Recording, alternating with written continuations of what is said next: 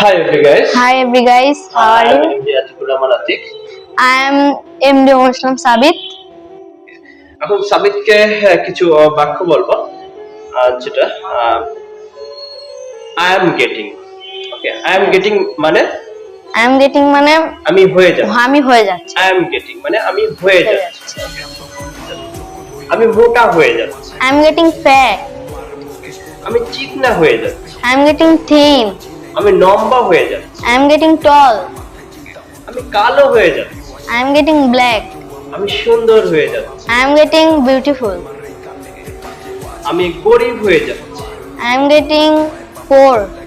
আমি ধনী হয়ে যাচ্ছি। I am getting rich. আমি ধনী হয়ে যাচ্ছি। I am getting Rich. আমি অসুস্থ হয়ে যাচ্ছি। I am getting ill.